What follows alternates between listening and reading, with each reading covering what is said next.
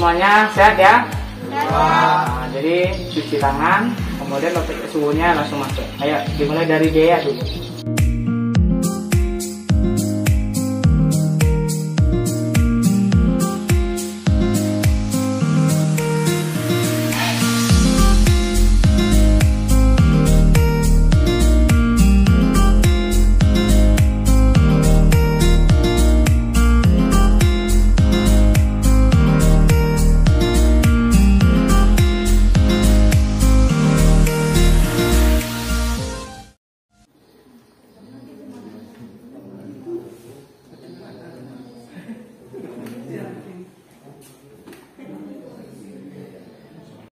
Assalamualaikum warahmatullahi wabarakatuh.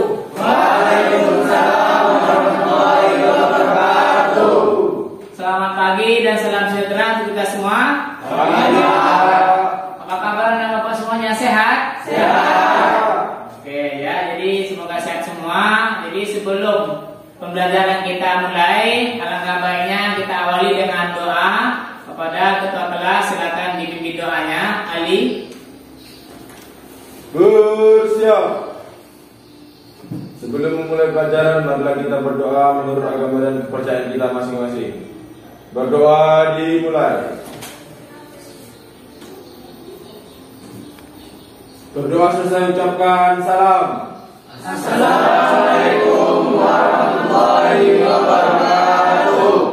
Waalaikumsalam warahmatullahi wabarakatuh. Semoga dengan doa tadi pembelajaran kita pada pagi ini berjalan dengan lancar dan juga menjadi ibadah bagi kita dalam kehidupan kita sehari-hari. Dan juga Bapak tidak bosan-bosannya menyampaikan bahwa kesannya kita ini masih dalam masa pandemi COVID-19.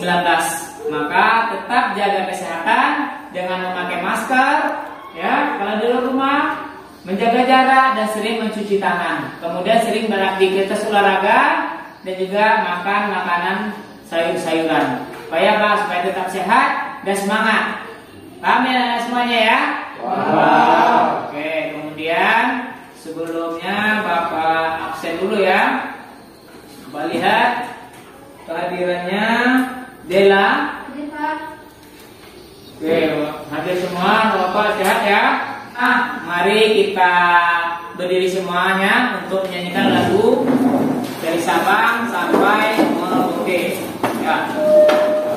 Dari Sabang sampai Merauke, berdaya pulau-pulau, sambung menyambung menjadi satu, itulah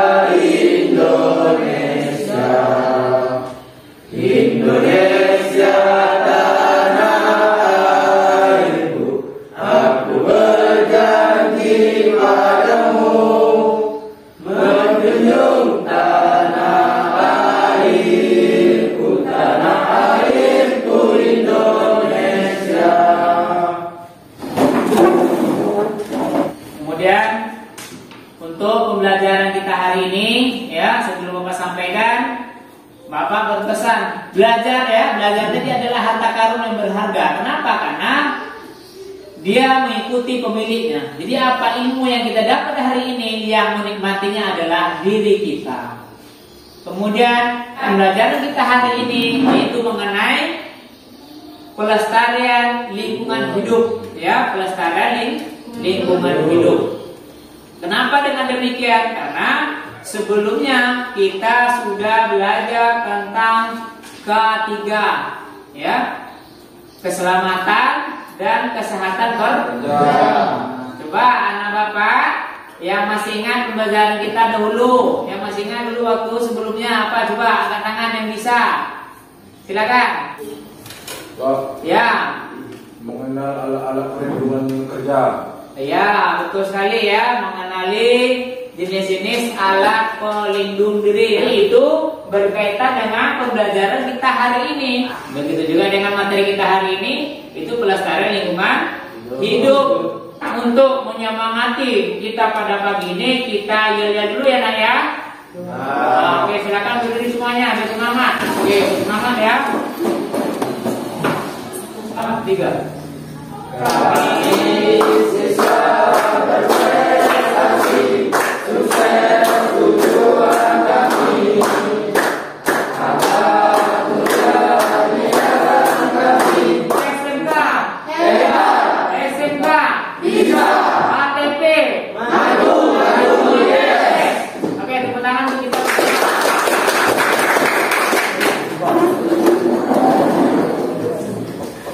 Ya, kita lihat ini ada gambar ya, tolong dipahami ya, ada gambar nih ya. Ada beberapa gambar tentang pencemaran di lingkungan. Nah, siapa yang bisa menjawab ini? Ini gambar apa? Ini bisa kalian pahami ini terjadinya pencemaran lingkungan. Ayo, siapa? Yang pertama itu adalah pencemaran udara yang disebabkan oleh asap dari pabrik yang menyebabkan udara menjadi buruk. Ya, terus apa lagi? Itu ya. Ya, terima kasih ya teman-teman untuk teman kita. Untuk menjawab ini nanti anak bapak semuanya mendiskusikan ataupun mencari informasi. Ya, diskusikan mengenai yang pertama kelompok 1 adalah ya, ingat kelompok 1 tugasnya diskusikan nanti apa penyebab dari pencemaran udara dan bagaimana cara mengatasinya. Itu yang pertama untuk kelompok 1. Oke, kepada anak bapak semuanya dipersilakan untuk mendiskusikan ya, mencari informasi mengenai penyebab-penyebab terjadinya pencemaran lingkungan. Silakan.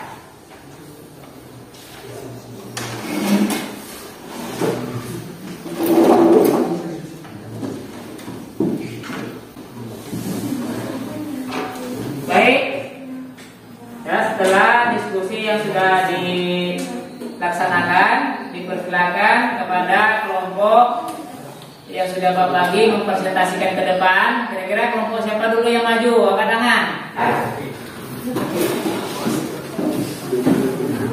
Kelompok yang lain diperhatikan teman-temannya yang maju ke depan. Ya. Ingin menyampaikan hasil diskusi kami tentang yaitu pencemaran udara. Pencemaran udara adalah kehadiran suatu substansi fisik, kimia, atau biologi yang ada di atmosfer dalam jumlah yang dapat membahayakan kesehatan manusia, hewan, dan tumbuhan. Akibat dari pencemaran udara yaitu asap kendaraan, asap pabrik, asap rokok, dan membuang sampah sembarangan. Dan cara mengatasinya yaitu dengan tidak membakar sampah, bersepeda dan berjalan kaki, menghentikan kebiasaan merokok, dan memelihara lebih banyak tanaman. Menganalisis dalam pencemaran udara ini yaitu yang dapat membahayakan pernapasan manusia seperti asma, ispa, dan paru-paru. Cukup sekian dari kelompok 1. Saya dari kelompok 2 ingin bertanya, apa saja dampak atau penyakit yang ditimbulkan dari adanya pencemaran udara tadi? Baik, saya akan menjawab pertanyaan dari kelompok 2. Dampak yang memicu terjadinya pada pencemaran udara ini yang pertama yaitu seperti asma, ispa, dan paru-paru pada pernapasan manusia. Ya, jawabannya bagus. Ya, jadi itu beberapa penyakit yang ditimbulkan oleh pencemaran udara. Di samping itu saluran pernapasan kita rusak, penyakit akan timbul ya. Ada asma, kemudian ada juga terjadi pada paru-paru. Di samping juga ada saluran pernapasan kita. Baik, sekian dan terima kasih dari kelompok 1. Wassalamualaikum warahmatullahi wabarakatuh. Ya, kasih. Jadi dari hasil diskusi yang sudah dipaparkan tadi dapat kita mengambil beberapa kesimpulan. Coba dari kelompok 1, apa yang bisa diambil dari hasil diskusi kita tadi? Silakan. Ya. Pencemaran pada tanah akan mengakibatkan manusia, hewan, dan tumbuhan menjadi tidak nyaman atau berkembang di tanah yang sudah tercemar. Ya, gitu ya. Itu dari dampak terhadap tanahnya. Ya, yang akan berakibat terhadap lingkungan yang ada di sekitar terjadinya pencemaran tanah. Silakan, itu beberapa yang kita ambil terkait hasil diskusi yang mana kita bisa mengetahui beberapa pencemaran lingkungan, baik dari pencemaran udara, pencemaran air, dan pencemaran tanah. Nah, sekarang kira-kira apa pemahaman anak bapak dari ini? Apa penyebab pencemaran udara, air, dan tanah? Salah satu aja, coba. Siapa? Angkat tangan, berdiri, sampaikan. Penyebab pencemaran udara, asap pabrik yang menyebabkan paru-paru sakit. Ya. Yang kedua, pencemaran tanah. Itu akibat dari sampah dan lain-lain. Yang ketiga, air. Itu dari alam maupun dari manusia. Yang dari alam itu adalah longsor, dan yang dari manusia adalah sampah yang menumpuk di sungai. Baik, terima kasih bagus ya. Jadi dari pemahamannya ya bagus untuk Angga yang sudah menjawab dengan benar. Ya, kemudian kita masuk ke materi selanjutnya tentang konsep green school ya. Sekolah hijau. Untuk mengelola sampah ini ada 4 R yang harus kita pahami bersama. Ya, ada reduce, replace, dan recycle.